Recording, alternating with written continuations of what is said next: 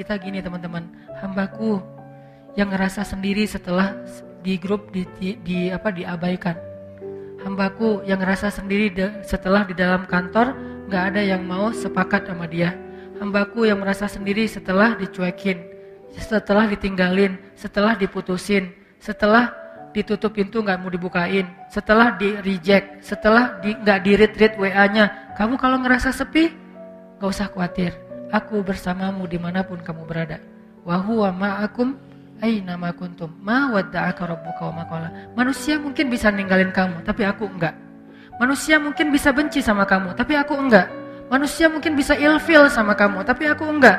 Manusia mungkin bisa dendam sama kamu, tapi aku enggak. Manusia mungkin bisa mengecewakan kamu, tapi aku enggak, wahai hambaku. Jadi Allah lagi memperkenalkan, itulah manusia. Kalau Allah enggak kayak gitu. Ma wadda'aka rabbuka wa ma qala. Jadi teman-teman, kalau kita merasa kecewa dengan makhluk, kecewa dengan manusia, kecewa sama teman, kecewa sama pasangan, kekecewaan yang masih wajar, maka yakinlah Allah gak akan pernah ngecewain kita. Kadang kita bahkan bisa kecewa kepada orang tua kita sendiri. Kadang seorang ayah, ibu kecewa kepada anaknya. Kadang saudara kecewa kepada saudara adik kakaknya. Itu hal yang wajar, itu manusiawi. Tapi Allah gak pernah ngecewain hambanya. Ma wadda'aka rabbuka wa ma qala. Pernah dibenci sama orang tanpa alasan? Pasti pernah. Pernah membenci orang lain tanpa alasan? Mungkin pernah. Tapi Allah enggak. Allah enggak pernah ninggalin kamu, wahai hambaku, kata Allah. Aku enggak pernah ninggalin kamu. Apa buktinya?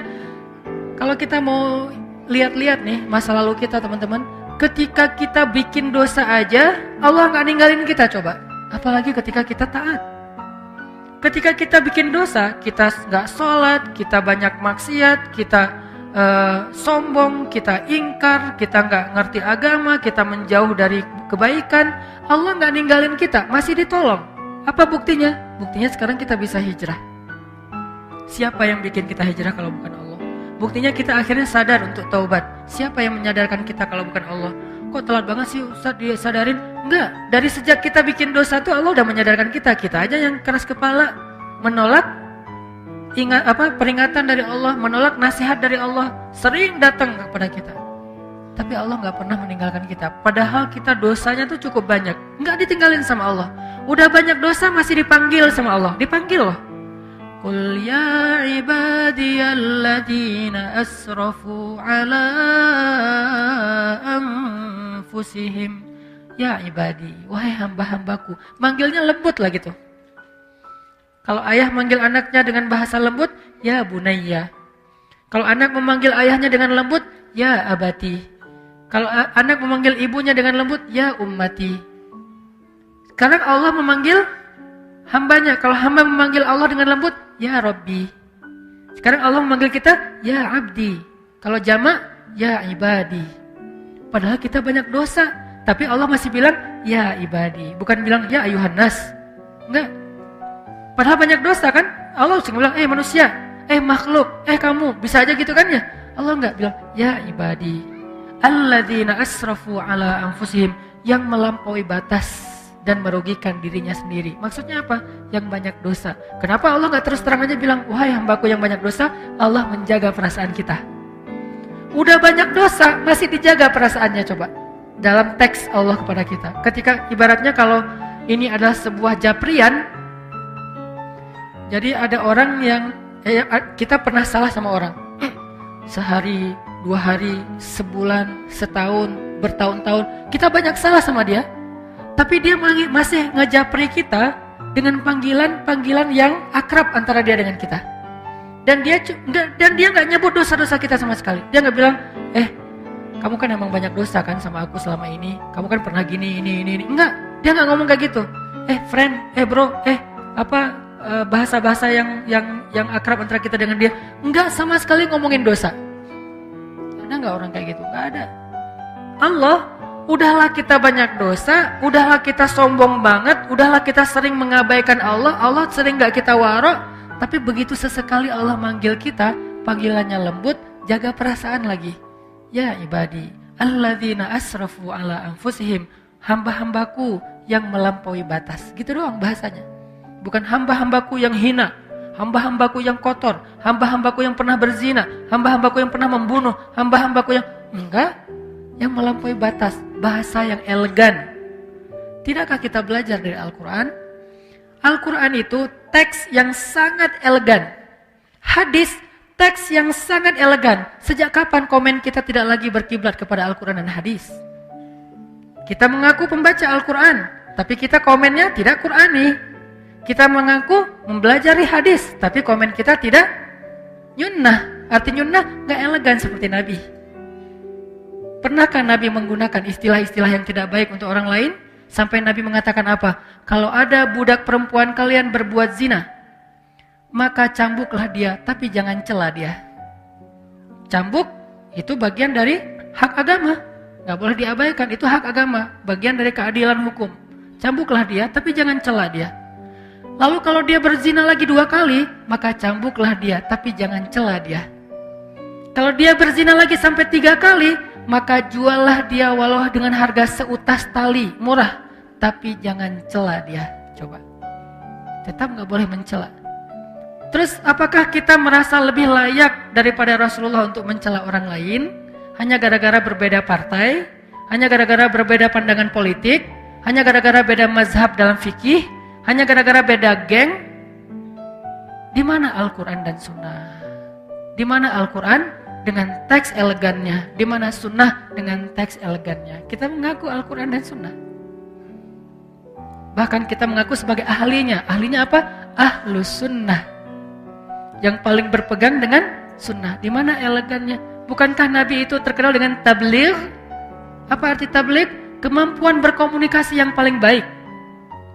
Sehingga ketika Nabi bicara, semua orang ngerasa nyaman dengan ucapan Nabi. Soal diterima atau ditolak itu masalah egonya.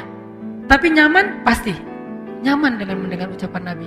Sehingga Allah mengajarkan kita, bahkan kepada orang yang udah ngecewain Allah, Allah masih bilang, ya ibadi. Sampai ketika Nabi Musa mau ketemu Jibril, Allah tahu banget Musa. Karena Musa orangnya, karena beliau adalah orang yang gagah, karena beliau adalah orang yang terbiasa bicara belak-belakan, beda dengan Harun. Musa dan Harun ini 2 karakter yang berbeda.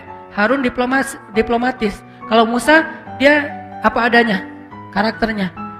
Karena Allah tahu kayak gitu, akhirnya Allah bilang, wa qula lahu qawlan layyinan. Nanti kalau ketemu Firaun, jangan lupa ya, ngomongnya pelan-pelan aja. Ya Allah. Layyin, yang lembut, yang santun, jangan marah-marah. Ketemu siapa? Firaun. Apakah kita lebih rendah daripada Firaun? Sehingga kita layak untuk dimarahi atau kita memarahi orang lain? Apakah teman kita hanya beda masalah sepele, dia lebih jelek dari Firaun? Enggak. Kalau ke Firaun aja dibilang qula lahu qawlan layyinan, lalu siapa yang kita ajak bicara? Sejak kapan istri kita boleh kita sebut dengan ucapan yang buruk? Sejak kapan suami kita boleh kita sebut dengan ucapan yang buruk? Sejak kapan ulama kita boleh kita panggil dengan ucapan yang buruk? Bahkan menyebut kata si saja tidak pantas untuk ulama atau orang yang berdakwah. Apakah dia lebih rendah daripada Firaun hanya gara-gara beda mazhab dan persepsi tentang masalah agama? Tidak. Jadi Allah kepada orang yang marah, kepada orang yang mengecewakan Allah aja Allah bilang ibadi alladzina asrafu ala anfusihim. Terus gimana itu dengan Abu Lahab? Hanya Allah yang tahu siapa yang layak digituin. Nabi aja nggak tahu. Nabi ketika turun ayat baru dibacain. Enggak Nabi duluan kan yang memanggil, dia Abu Jahal. Enggak, Allah yang nyuruh. Dia Abu Lahab, Allah yang nyuruh, tabban. Tapi kalau yang lain, Nabi enggak. Bahkan orang munafik aja dirahasiain namanya sama Nabi, coba. Yang tahu nama-nama orang munafik siapa? Huzaifah ibn Yaman. Sahibus sirri Rasulillah. Dialah yang menjaga rahasia Nabi, Huzaifah ibn Yaman. Nabi nggak ngasih tahu nama-nama orang munafik terus diposting, dirilis di media sosial biar semua orang tahu nih munafik ya, nih munafik, nih munafik. Enggak, kenapa? Karena Nabi tidak mau mencela orang lain. Cukup Huzaifah aja yang tahu. Kenapa? Biar nanti kalau ada apa-apa Huzaifah bisa mengambil sikap. Sampai Umar aja nanya ke Huzaifah, ya Huzaifah, kan Nabi ngasih tahu kepada kamu siapa daftar orang munafik. Kira-kira boleh nggak saya tanya satu hal? Apa Umar? Saya termasuk nggak di antara mereka? Umar aja khawatir. Saya termasuk nggak saya di antara orang munafik? Huzaifah tersenyum.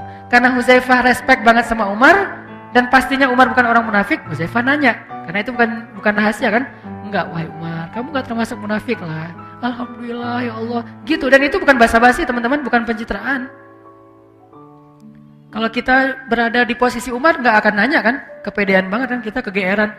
Masa sih gua munafik? Enggak, kayaknya enggak banget deh. Gitu kan ya? Umar, sekelas Umar bin Khattab, orang nomor 2 di sisi Rasulullah setelah Abu Bakar, itu masih ragu, saya munafik enggak ya? Huzaifah, saya termasuk enggak? Kata Huzaifah, enggak, wahai Umar, kamu enggak termasuk lah. Kata Umar, kalau gitu di antara pejabat saya ada enggak? Nah, kata Huzaifah, ada sih. Yang mana? Rahasia. Nabi suruh saya menjaga rahasia, saya enggak akan ngebocorin. Ya udah deh, kalau gitu ntar saya juga tahu lah.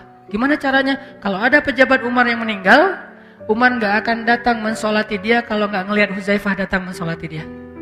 Kalau Huzaifah enggak mensolati, berarti dia tuh emang munafik. Jadi caranya nunggu Huzaifah ibn Yaman. Sampai Huzaifah wafat baru nggak bisa lagi kedeteksi mana orang munafik. Sehingga di zaman sekarang tiba-tiba kita mengklaim orang lain munafik.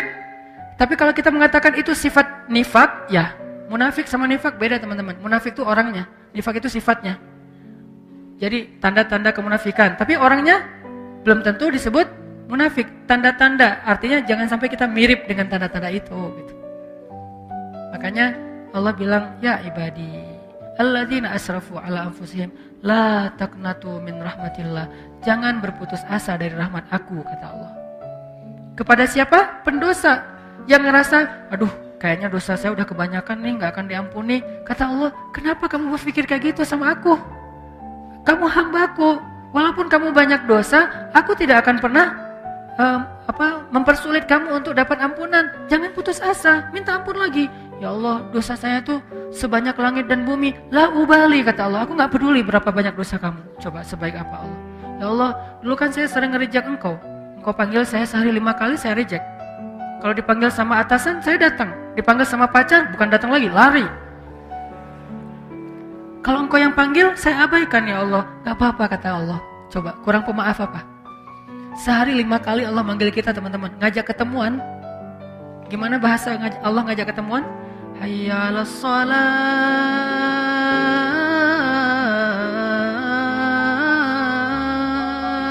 Hambaku ketemuan yuk. Kalau bahasa kita kan?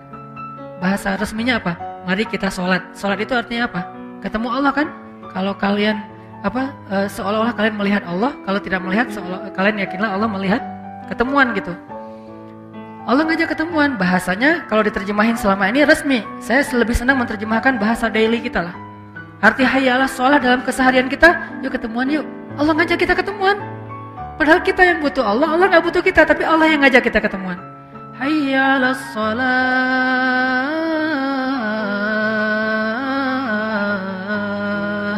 Yuk ketemuan yuk, Allah panggil. Lembut lagi panggilannya, kecuali muazinnya lagi ngambek. Tapi paling lembut tuh muazin habis diputusin ya, itu lembut banget. Baru diputusin azan. Hayya 'alal falah. Azan paling baper tuh habis diputusin. Allah manggil kita, terus apa yang buat kita berat langkah? Menunda-nunda panggilan Allah. Allah ngajak ketemuan kita kayak nggak datang gitu, kayak berat banget. Apa? Takut kita yang harus bayarin. Allah bilang, hayya 'alal falah. Tenang aja, aku yang bayarin. Kalau bahasa kita, falah itu apa? Untung, kamu gak bakalan rugi, tenang aja. Gak, kamu kok yang bayarin, aku yang traktir, aku yang kasih kerjaan, aku.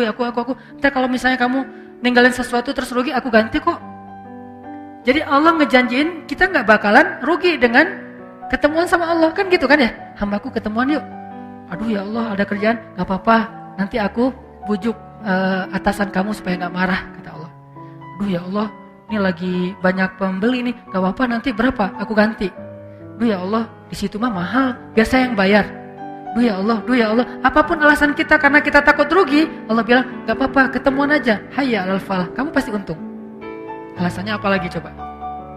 Allah ngajak ketemuan, Allah ngejamin kita gak bakalan rugi. Jadi kalau bahasa kita, hambaku ketemuan yuk, gak usah khawatir, aku yang bayarin. Oh ada kerjaan ya, ntar aku gantiin. Oh ada pelanggan ya, ntar aku tambahin rezeki kamu. Terus apa alasan kita gak datang? 5 kali sehari Allah panggil. Padahal dibuka dan ditutup dengan kata-kata Allahu Akbar, Allah yang paling agung. Tapi manggil kita, harusnya kan kita yang begging ke Allah ya. Allah ketemuan dong please. Harusnya kan kita kan ya. Harusnya kita bilang, Allah hayya ala sholah, yuk sini ketemuan sama saya. Kan harusnya gitu kan. Kita ke Allah, ya Rabbi. Enggak, Allah yang manggilin kita. Ini agak-agak unik nih. Yang butuh siapa? Yang ngajak siapa? Kan gitu. Padahal Allah gak butuh kita. Ghaniyun 'anil alamin. Allah gak butuh sama sekali. Kita kufur serentak semuanya, itu gak ngurangin kebesaran Allah walaupun setetes air di ujung jarum yang dicelupkan ke laut, gak berkurang. Gara-gara kita kufur, nih biar Allahnya bete nih, kita kufur aja sekalian. Enggak, biasa aja. Kalau kita kufur kan Allah rugi. Siapa bilang? Oh ya udah, biar Allah tambah mulia, kita taat aja. Enggak, ketaatan kita nggak bikin Allah lebih mulia, nggak bikin Allah kekuasaannya bertambah, karena kita nggak ngaruh buat Allah. Mau taat, mau kufur, nggak ngaruh buat Allah, sama sekali nggak ngaruh. Terus ngapain Allah manggil kita? Murni karena sayang, bukan karena butuh. Ibu kita baik-baik ke kita, wajar, karena sayang plus berharap suatu saat kita jadi anak yang berbakti, anak yang ngedoain orang tua, anak yang nanti akan menjaga orang tua, kan gitu kan? Sayang plus ada harapan. Tapi kalau Allah sayang doang, nggak pakai ada harapan-harapan apapun, cuman kasihan aja sama kita, sayang aja sama kita, nggak mau kita rugi, nggak mau kita celaka, nggak mau kita hina. Allah sayang gitu doang sama kita. Hayya 'alas sholah, udah dipanggil kita reject. Ya Allah, Allah kan sering manggil saya tapi saya reject. Gak apa-apa kata Allah. Ya Allah, saya pernah selingkuh loh. Nyelingkuhin Allah, maksud nyelingkuhin Allah, menduakan Allah, mentigakan Allah, mengempatkan Allah. Selingkuh kan? Gimana perasaan kita kalau diselingkuhin? Mau gak manggil-manggil? Ketemuan yuk. Tapi kan aku pernah nyelingkuhin kamu. Oh ya? Wah, bisa. Kalau ketahuan selingkuh gimana? Gak akan dimaafin lagi seumur hidup. Sampai bukan cuma di dunia akhirat. Kalau selingkuh, Allah kita selingkuhin tuh sering. Allah yang kasih nikmat, terima kasihnya ke makhluk. Allah yang ngasih nikmat, kita persembahannya ke makhluk. Allah yang ngasih nikmat, kita sujudkan jidat kita ke makhluk. Allah yang ngasih nikmat, kita ngaku Tuhannya bukan dia. Bukankah ini bagian dari kita menduakan, mentigakan dalam konsep Islam? Dalam konsep Islam, kita memperlakukan Allah kayak gitu. Apakah Allah marah? Enggak. Kecuali kita wafat dalam keadaan begitu baru nggak diampuni.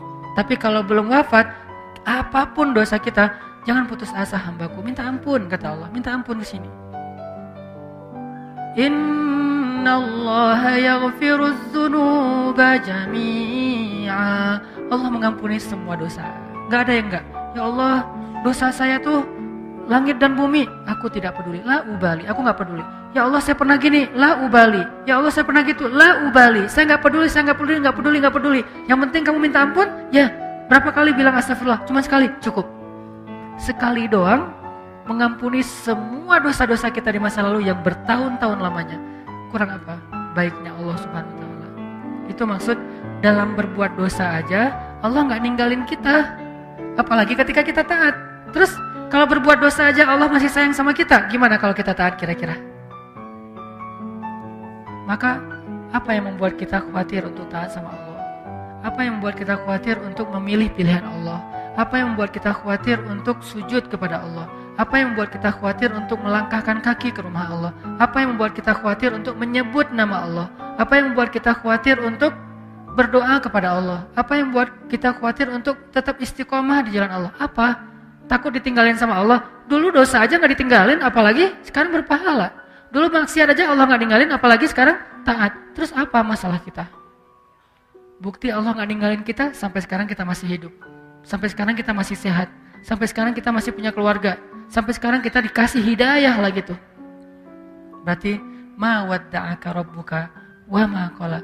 Rabbmu gak pernah ninggalin kamu, hambaku.